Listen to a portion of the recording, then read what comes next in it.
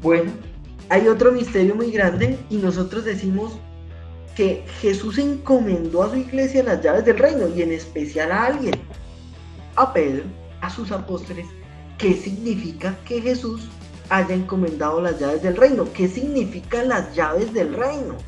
Nosotros sabemos que Jesús tuvo un grupo especial, sus apóstoles, y en especial uno, a Pedro, que le dio por reglas una primacía especial, así lo entiende la iglesia. Tenía una primacía especial y le dijo: tú eres Pedro, sobre esta piedra edificaré mi iglesia y las puertas del infierno no prevalecerán contra ella. Las puertas del infierno no prevalecerán, es decir, en la fe de Pedro, confesó Pedro, es que nosotros nos paramos y entendemos que la fe es la respuesta del hombre a Dios que se revela. Recordemos la confesión de Pedro: tú eres el Mesías, el Hijo del Dios vivo. Cuando Jesús les preguntó: ¿y ustedes quién dice la gente que soy yo?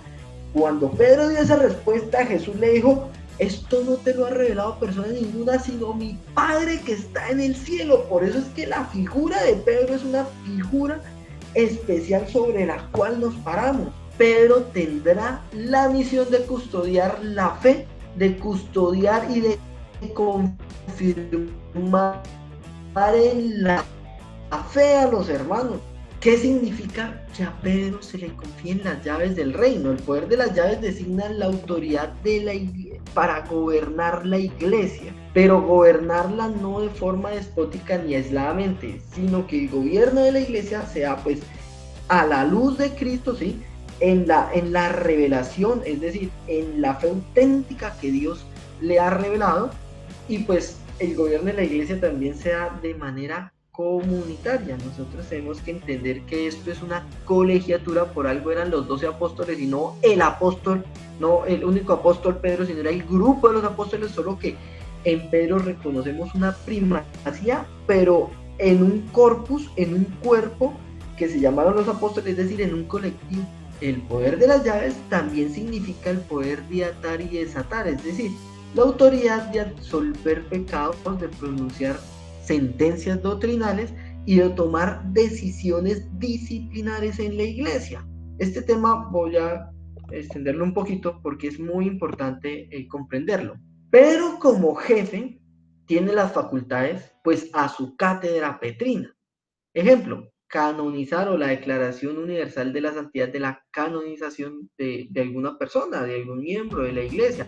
El nombramiento de cardenales, los cardenales tenemos que recordar que es como el cardio, el corazón de la iglesia, es decir, un grupo selecto que sale y conforman ese corazón de la iglesia para la toma de decisiones, para muchas tomas de decisiones, y tiene la potestad de declarar dogmas, es decir, de declarar verdades de fe. Esta última es de pronto la más controvertida y la más difícil de comprender y la más criticada, porque estaba en la línea de la infalibilidad del Papa. Cuando se dice que el Papa es infalible, no quiere decir que no cometa errores, sino que, como persona, sino que se dice que no comete errores cuando hace declaraciones dogmáticas en torno a la fe. Es decir, cuando el Papa hace declaraciones dogmáticas en torno a la fe, en torno a la fe y las costumbres, o a la moral, en torno a la fe,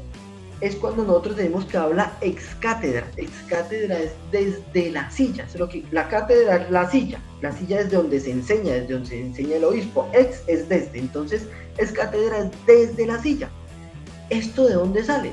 Pues de una constitución dogmática que se llama Pastor Eternus del Concilio Vaticano I en el capítulo 4 del año 1870.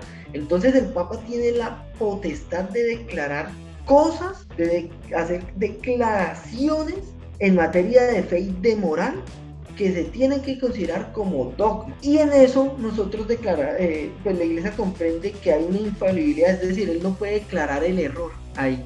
Pero ¿cómo así? O sea, un papa puede levantar un día, no sé, trastornado la cabeza y se puede poner a decir locuras. Primero nosotros tenemos que entender que la comprensión de la fe, del depósito de la fe, no lo puede negar lo que se ha declarado antes. Es decir, nosotros no podemos negar el dogma de la Trinidad. Si un papa quiere negar el dogma de la Trinidad, no lo puede hacer. Si un papa, no sé, quisiera negar la encarnación, la doble naturaleza de Cristo, no lo puede hacer. Eso ya es dogma, eso ya es depósito de la fe. El depósito de la fe no se cambia. Sí, se va iluminando y se va comprendiendo pues a la luz de la tradición de la iglesia. Entonces, bueno, ¿qué significa que el Papa tenga esa potestad de declarar en temas de fe? Se los voy a mostrar con muchísima claridad. Cuando se dice cátedra, pues es desde la silla, es decir, que está enseñando conforme la autoridad que tiene para juzgar. Para que haya una declaración ex cátedra, es decir, desde la silla de un papa, tiene que reunirse en 3 condiciones. Tiene que hablar primero como maestro, pastor y maestro supremo a todos los fieles. No todos los documentos que saca el papa es para todos los fieles, hay unos que tienen ciertos alcances. Obviamente, uno por internet pues los lee o en las librerías católicas ya empieza a leerlos y todo, pero ahí de acuerdo pues a la estructura de la iglesia tienen ciertos alcances y ciertas intenciones.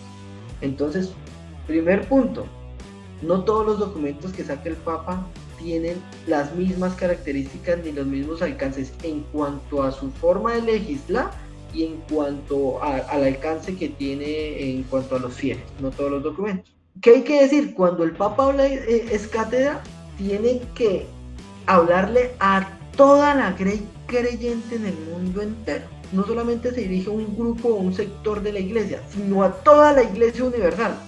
Segunda condición, tiene que proclamarse a través de un acto definitivo y es un acto administrativo que se va a hacer una declaración ex cátedra y entonces como tal hay un acto administrativo dentro de la iglesia que dice se va a definir tal cosa en temas de doctrina de manera ex cátedra por parte del Papa.